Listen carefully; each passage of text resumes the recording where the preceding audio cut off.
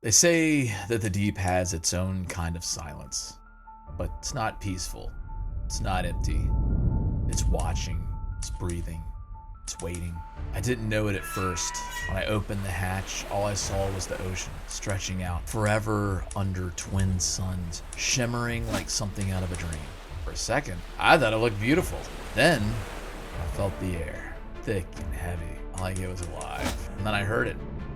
That low, guttural moan, the kind of sound that settles deep in your chest and makes you scream, makes you want to run. But where? There was nothing out here but water and shadows. Shadows that shifted like they were circling, waiting for me, hiding. Every time I closed my eyes, back there, the endless water, the feelings of something just out of sight, watching. If I had known what waited for me under those waves, what this planet really was, I'd have let that fire take me. I was in engineering when it started. At first, it was just this low hum, but then it grew and grew, like something massive was waking up underneath us. And then the ship lurched, it buckled. Alarms sounded, lights flickered, panels exploded, people were running and yelling, clawing at each other to get to the life pods. I don't even remember getting to the life pod. It's all a blur. The heat of the fire crawling closer. All I could feel was someone shove me inside and then slammed the hatch shut. The next thing I knew, I was falling through the fire, falling through the atmosphere. The descent felt like forever, and the pod shook so violently I thought it would tear apart. The viewport glowed orange, and the flames licked at the hull. All I can think was, this is how I'm gonna die. But I didn't. I really wish I did, because I woke up to something much worse. When I came to, everything hurt. My chest, my head, it felt like I had been hit with a hammer. Smoke filled the pod, thick and choking. And the heat, it was unbearable. And I saw it. The fire started crawling up the walls from down below. I scrambled for the extinguisher, hand shaking so bad I could barely even hold it. I sprayed and sprayed, and it kept biting me, roaring like it wanted to take over my pod. By the time I put it out, I was gasping, shaking so hard I could barely stand. I thought the worst was over. It wasn't even close. The PDA, cold and detached, booted up and started rattling off survivor protocols. This PDA has now rebooted in emergency mode with one directive: to keep you alive on an alien world. I grabbed what little gear I could find and opened the hatch. That's when I saw it. The ocean stretched out forever, calm, glittering, like it was tearing for me to trust it. For a moment, I forgot the crash, forgot the fire. It was all coral reefs, glowing fish, and water so clear it looked like glass. It was peaceful. And then I saw the Aurora. She was twisted, burning carcass of a ship, belching smoke into the sky, snapped in two. When I looked at it, I realized nobody that was still on that ship was probably alive. I was alone, completely and utterly alone. I spent hours picking up scrap metal, creep vine samples, and weird glowing mushrooms. The ocean had everything I needed to survive.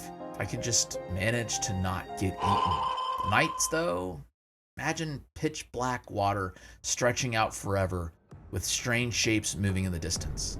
I couldn't see them, but you can hear them. Clicks, screeches, growls. It was like the ocean was alive and angry. My first night, I could barely sleep. Every shadow looked like something that wanted to drag me under and eat me. I built my first little base out of desperation. It wasn't much. A tube with a hatch and a solar panel. It was dry, and it was safe, and it didn't rock. I decided to name this area the Safe Shallows. There's something beautiful about it, but I also found this other area called the Kelp Forest. The water turned sticky green, and there were creep vines swaying. I shouldn't have ventured out there alone, but there was metal to be salvaged, and I needed it. And that's when I saw it. I call it the Stalker. It was sleek, it was fast, it had a face full of jagged teeth. It doesn't charge right away. It circles, slow and deliberately, trying to decide how best to attack. First time I saw it, I froze, clutching my knife like it would help. And then it lunged. I kicked hard, propelling myself backward just in time, and it snapped the water right where I had been just a second before. So close I could feel the rush of displaced water, and somehow I managed to make it back to the pond, but I wasn't the same. The way it looked at me, I was nothing but food. The PDA kept warning me about radiation levels rising, telling me to stay away from the aurora. I was happy to listen, but then it warned me that an explosion was imminent. I was scavenging near the shallows when the sky lit up. It was a flash, brighter than anything I'd ever seen.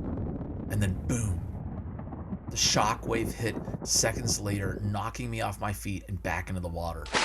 When I surfaced, debris was raining down like meteors, splashing into the ocean all around me.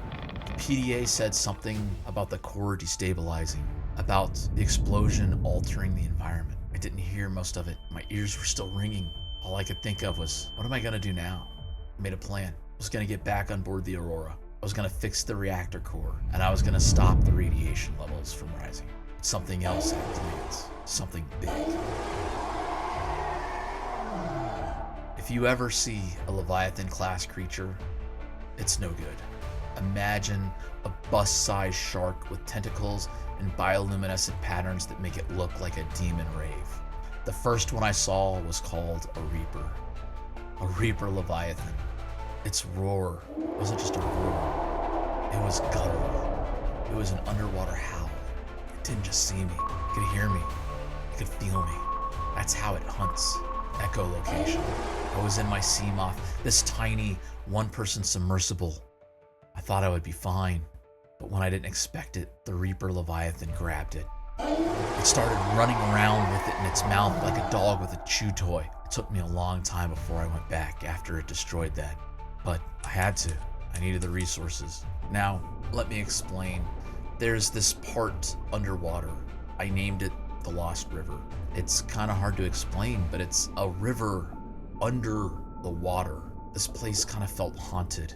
Skeletons of creatures much larger than just a Reaper Leviathan. Rivers of acid and ruins. Alien ruins. Inside, I found logs from a species that called themselves the Precursors.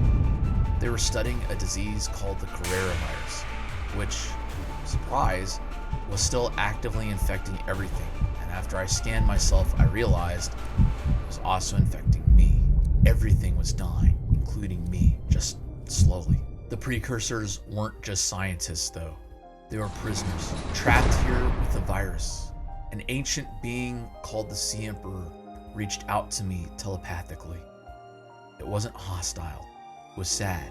It begged for me to free its young, to help it cure the coronavirus. I found her. She was huge, majestic, beautiful. In order to help her free her young, I had to craft an enzyme to be able to hatch her eggs. Something she could have done if she was on the outside, but I had to do it for her. Once we released the enzyme into the eggs, the babies hatched.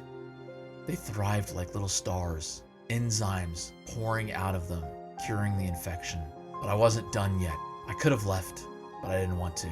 There was one Reaper Leviathan in particular that had haunted my nightmares, ruined my prawn suits, my sea moths, half destroyed my base. No, it was time for revenge. I armed myself with everything I had, a prawn suit, stasis rifle, and even my thermal blade. The fight was pure chaos. I found the Reaper Leviathan, curled up almost in a defensive position. It knew I was coming for it. At one point, I thought I'd won. That was until a second Reaper Leviathan showed up. With two of them, I didn't have a chance. As soon as one would hit me and pass by, the other would already be charging to attack. I barely escaped with my life. My prawn was destroyed. My pride, even worse. But I didn't care. I was done with this place. When I finally got my rocket working, I almost cried. As I boarded it, I flipped the switches to turn everything on. The rocket hummed to life. And as soon as I could, I took off. I ended up watching it dawn, the ocean glowing one last time below me. As I rose through the atmosphere, I looked down at the planet, the place that had tried so hard to kill me. And I don't know, I felt this weird mix of relief, pride, guilt, like I was leaving behind something, a part of me, something beautiful and terrifying all at once. Thank you guys so much for watching. That was Subnautica, and if you enjoyed this, but you're curious about what the game was like, I got videos for you here, right there. I got you covered. And if you liked the video and you want to see more, please comment in the section below and let me know what you think. Or, hey, critique. That's okay. Everybody's got opinions, and I want to hear yours. Thank you guys so much for watching, and I'll see you in the next video. Bye-bye!